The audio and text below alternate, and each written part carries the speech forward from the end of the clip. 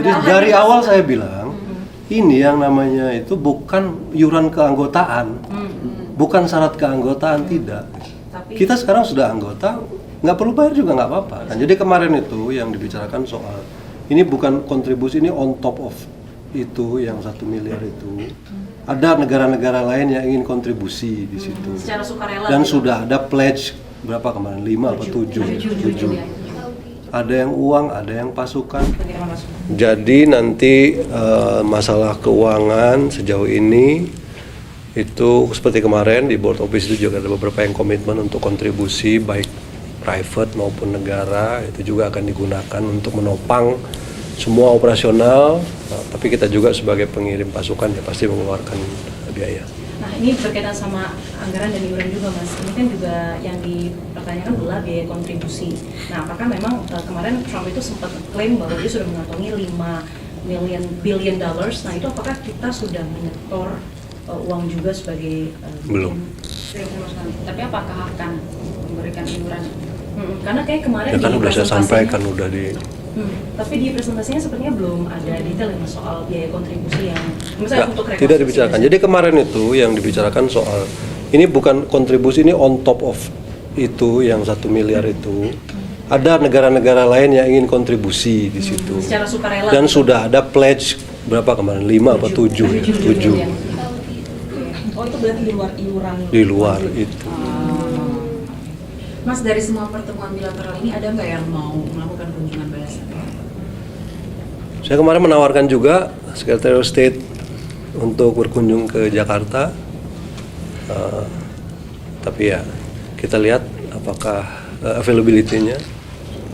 Kemudian dari beberapa menteri luar negeri dan kepala negara yang kemarin juga ada beberapa yang berkeinginan untuk melakukan kunjungan ke Jakarta. Nanti kita akan koordinasi waktunya. Mas, sorry, konfirmasi lagi. Berarti soal iuran itu kita belum ada belum. Dan belum ke depannya apakah misalnya kan biasa ada kalau mau ikut dalam satu lembaga atau organisasi kayak oke bayar sekian itu juga belum jelas. Nggak ada. Jadi dari awal saya bilang ini yang namanya itu bukan iuran keanggotaan. Bukan syarat keanggotaan, tidak. Tapi, kita sekarang sudah anggota, nggak perlu bayar juga nggak apa-apa. Berarti Indonesia nggak akan bayar. Tapi kalau misalnya kemarin tuh kita mau jadi anggota permanen, ada biaya kontribusi. Ada kontribusi 1 miliar itu kan gitu. Mas menegaskan berarti ada. Nggak, tunggu dulu, jelas dulu nih. Bukan kemudian kita sekarang karena belum bayar kita bukan anggota board office loh. Paham ya? Jadi kontribusinya beda-beda gitu ya Mas, ada yang uang, ada yang pasukan gitu misalnya. Ada yang uang, ada yang pasukan, ada yang orang per orang kirim ke rekening yang di World Bank kemarin itu. Oh, jadi masing-masing negara punya kontribusinya tersendiri. Ya.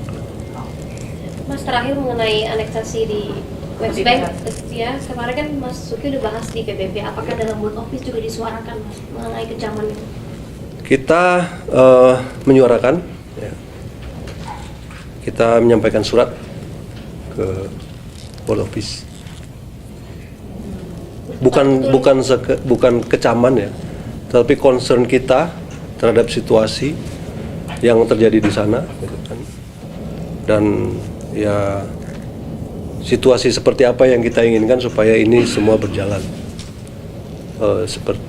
berjalan sesuai dengan apa yang menjadi peace proposal ini.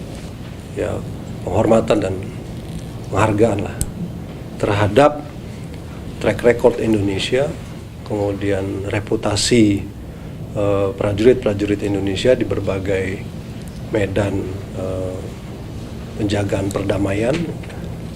Dan saya kira kedudukan ini juga akan bisa memfasilitasi apa yang menjadi tujuan dan niatan kita mengirimkan pasukan di ISF.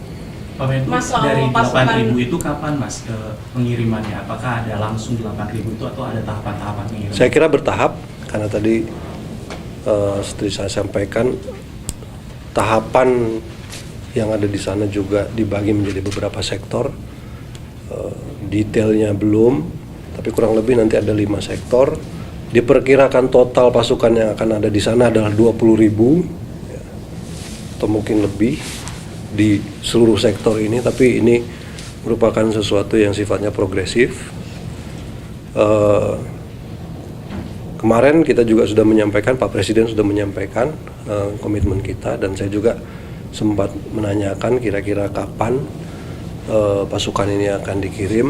Jawabannya ya secepatnya mereka akan siapkan timelinenya.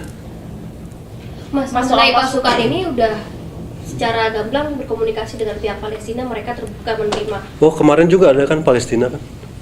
Kemarin Prof. Dr. Ali Saad ada di sana sebagai perwakilan Palestina yang juga merupakan apa istilahnya, chairman of NCAG ya, National Committee on Administration of Gaza. Jadi Palestina juga sudah ada di sana, udah tahu, udah paham. Kemudian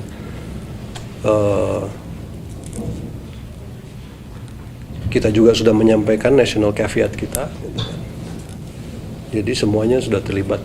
Artinya agree mengirim mereka masuknya tentara kita di sana. Oh iya, kemarin kan disampaikan. Karena yang pertama disampaikan juga oleh Ali Saad kemarin bahwa yang pertama mereka butuhkan adalah situasi yang aman dan stabil. Jadi semua rencana komprehensif ini kunci pertamanya adalah pelucutan ceasefire, hentian tembak menembak ya. Ceasefire itu apa sih bahasanya? Gencatan senjata. Kemudian ciptakan suasana yang aman dan stabil. Baru tahap-tahap berikutnya itu bisa dilakukan. Dan itu juga kemarin sudah disampaikan. Mas, konfirmasi untuk penempatan pasukan perdamaian kita itu kalau yang tersebar kan di Rafah, apakah benar seperti itu? Atau mulainya dari situ katanya kemarin. Nah. Tapi nanti detailnya kan ada operasinya seperti apa, teaternya seperti apa. satu lagi soal kesejahteraan pasukan kita sendiri, apakah dijamin sepenuhnya oleh negara atau Apalagi seperti Israel apa? suka melanggar ceasefire. Iya, Mas. Kesejahteraan pasukannya kita ngirim ya pasti kita yang ini. Keamanannya berarti sudah Keamanannya dijamin, kemudian kesejahteraan sosialnya seperti apa? Kesejahteraan sosial ya kesejahteraan prajurit sebagai penjaga perdamaian kan udah ada indeksnya juga kan. Oke. Kalau namanya operasi tentara gitu ya. Ya tentu saja ada resiko, kan juga kemarin kan disampaikan ada tantangan-tantangan yang kita hadapi gitu. Makanya kita perlu suatu mandat yang jelas pertama, kemudian rule of engagement yang jelas, karena kita juga tidak mau prajurit kita jadi korban ya kan, di luar misi yang sedang dia laksanakan gitu kan. Dan saya kira itu yang menjadi tanggung jawab kita semua, dan keberadaan kita di Board of Peace, kemudian keberadaan kita sebagai Deputy Commander Operasi, saya kira akan memperbesar keyakinan dan kemungkinan bahwa keamanan prajurit itu tetap bisa jadi yang utama.